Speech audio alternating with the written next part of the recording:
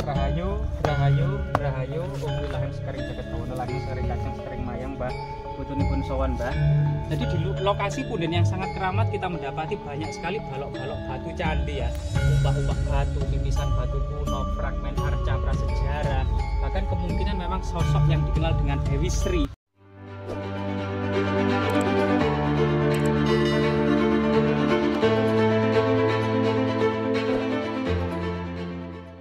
Pemirsa, kita terus menelisik jejak-jejak peradaban leluhur kita di bawah pohon tutup raksasa ini ya. Pada masa lalu banyak sekali manfaat dari daun ini, biasanya untuk membungkus kelanteng ya, selain kemudian beberapa lauk pauk, potongan dan lain sebagainya ya.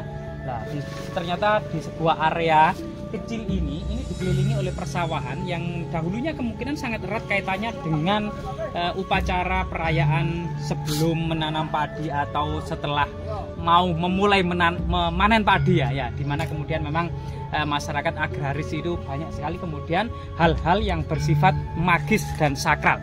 Dimana kemudian pada masa lalu memang terutama memang ya Dewi Sri itu adalah nama lain dari padi. Jadi padi pada waktu zaman dahulu itu juga diberi nama Dewi Sri, sehingga Dewi Sri sinonim dari padi, sehingga kemudian pemujaan Dewi Sri ini kemungkinan memang sesuatu yang sangat dominan yang berada di desa-desa.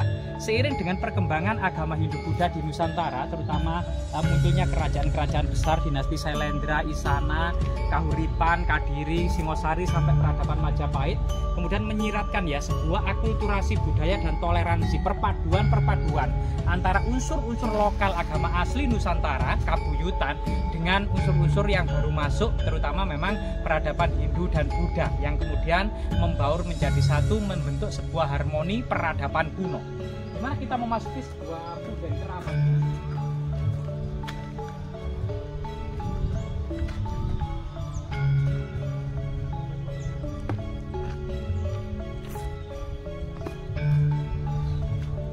Rahayu, rahayu, rahayu.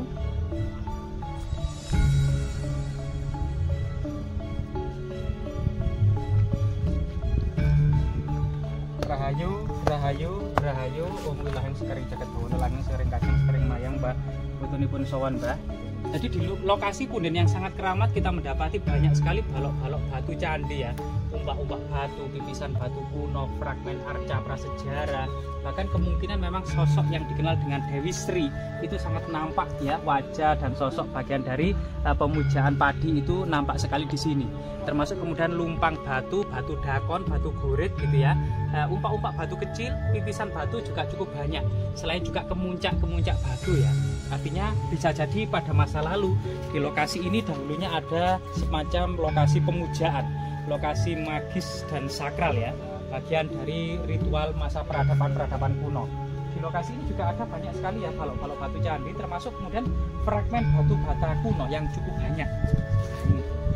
Nah, diduga memang jika melihat sebaran artefaktual yang ada di lokasi ini gitu ya, lokasi ini dahulunya diduga menduduki 4 fungsi.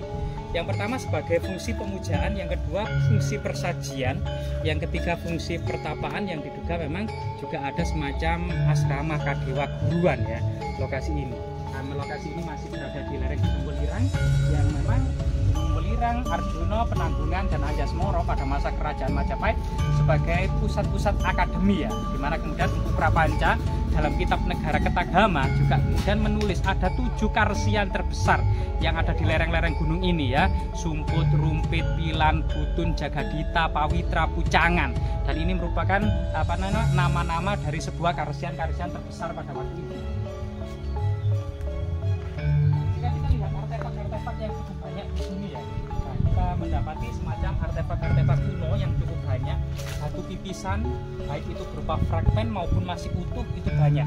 Sedangkan batu-batu gandik gitu ya, berbagai ukuran, batu-batu gandik baik itu yang berbentuk bulatan maupun lonjong maupun bentuk-bentuk yang sangat-sangat aneh gitu, yang misterius. Batu-batu yang bentuk lonjong seperti ini cukup banyak sekali sebagai satu kesatuan ya. Kemungkinan memang ada unsur semacam pemujaan atau persajian. Linggayoni dalam artian lumbang batu ya, dalam artian yang lebih arkais, lebih kuno. Fragmen batu bata kunonya juga cukup besar dan sangat tebal ya, mengingatkan bahkan bisa jadi memang punden ini sudah ada sebelum era kerajaan Majapahit dari segi batu-batunya. Mungkin saja memang ini adalah punden prasejarah 200 sebelum Masehi atau 500 sebelum Masehi, masa peradaban perunggu di Asia Tenggara gitu ya. Kemudian terus berlanjut hingga abad ke-10, hingga abad ke-11, ke-12, ke-13 sampai masa akhir kerajaan Majapahit. Nah, di sini juga ada dorpel atau ambang pintu ya, beberapa batu gandek, akan tetap ada semacam unsur-unsur batu kenis atau lingga ya, unsur-unsur kesuburan, unsur-unsur yang simbol dari pertanian gitu ya. Dan kemungkinan memang yang ada di sini arca prasejarah ya, arca prasejarah ini, atau mungkin juga ini sebenarnya adalah gambaran dari Dewi Sri itu sendiri, karena sosok wanita ya yang bertubuh gemuk, lambang sebuah kemakmuran ya, kemakmuran pada masa lalu, dimana kemudian di sampingnya kemudian ada arca Patih Gajah Mada. Itu kemungkinan memang arca baru ya, kita juga kurang tahu, namun memang lokasi ini sampai saat ini masih digunakan masyarakat sebagai punden keramat atau sebagai punden yang disakralkan. Jika kita lihat kemudian adanya struktur batu alam ya, yang menjadi semacam pagar keliling, kita akan mendapati semacam pagar keliling dari sebuah struktur batu alam yang diduga ini dahulu tidak banyak berubah ya sejak pada masa lalunya. Mungkin inilah yang kemudian membatasi antara area sakral yang ada di tengah dengan area profan yang ada di luar tembok ya. Area profan itu area keseharian, yang area pertanian gitu ya, dengan area magis sakral yang ada di tengah. Sehingga kemudian selain fungsi dan kegunaannya yang kita jelaskan tadi, memang punden ini dahulu kemungkinan ya corak-corak keagamaannya kita tidak, sekali lagi tidak mendapati semacam panteon. Panteon itu arca-arca atau ikonografi yang bersifat Hindu Siwa maupun Buddha Mahayana. Kemungkinan memang kabuyutan atau pemujaan dan agama tertua asli Nusantara ya, kabuyutan. Namun memang adanya balok-balok batu candi mencitrakan sebuah kesinambungan atau dinamisme ya, sebuah unsur pemujaan pada masa prasejarah dan terus dilestarikan pada masa kuno dan terus kemudian dimanfaatkan atau digunakan masyarakat sebagai situs religi hingga saat ini ya. Dan dinaungi pohon-pohon yang saat ini memang kita kurang mengenal pohon apa ini ya, tapi ada di situ ada dua pohon raksasa ini, kita masih ingat samar-samar, ini namanya pohon wali kukun.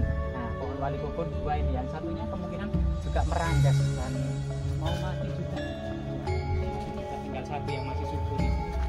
Dan memang nuansa temaram ya, cahaya temaram di bawah pohon-pohon yang rindang ini mengingatkan pada sebuah bangunan-bangunan suci di masa kerajaan-kerajaan Hindu Buddha, terutama pada masa kerajaan Majapahit, di mana setiap percandian atau setiap kemudian rabut atau tempat-tempat keramat lainnya atau tempat-tempat magis sakral lainnya senantiasa ditanami berbagai macam pohon-pohonan ya, baik itu nagasari, banana, karawira, angsana, angsoka, sruti gitu ya.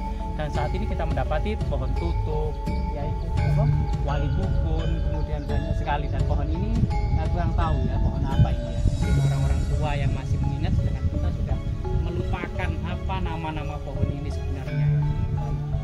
Jadi kondisi saat ini masih menjadi semacam yang digunakan sebagai tempat untuk memakamkan tetua desa atau sang baurekso atau leluhur desa ya, atau orang-orang yang berjasa pembabat alam atau yang kemudian pendiri desa. Ini memang biasanya diletakkan di tempat-tempat yang sejak masa prasejarah atau masa kuno dijadikan sebagai situs magis sakral.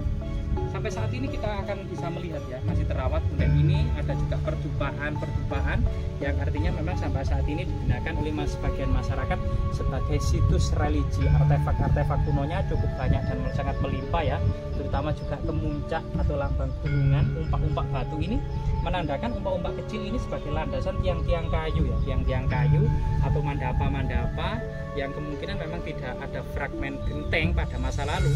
Kebanyakan memang atap-atapnya terbuat dari ijuk no, seperti pura-pura yang ada di Pulau Bali ya, warnanya hitam itu loh, bersusun-susun dan bertingkat-tingkat.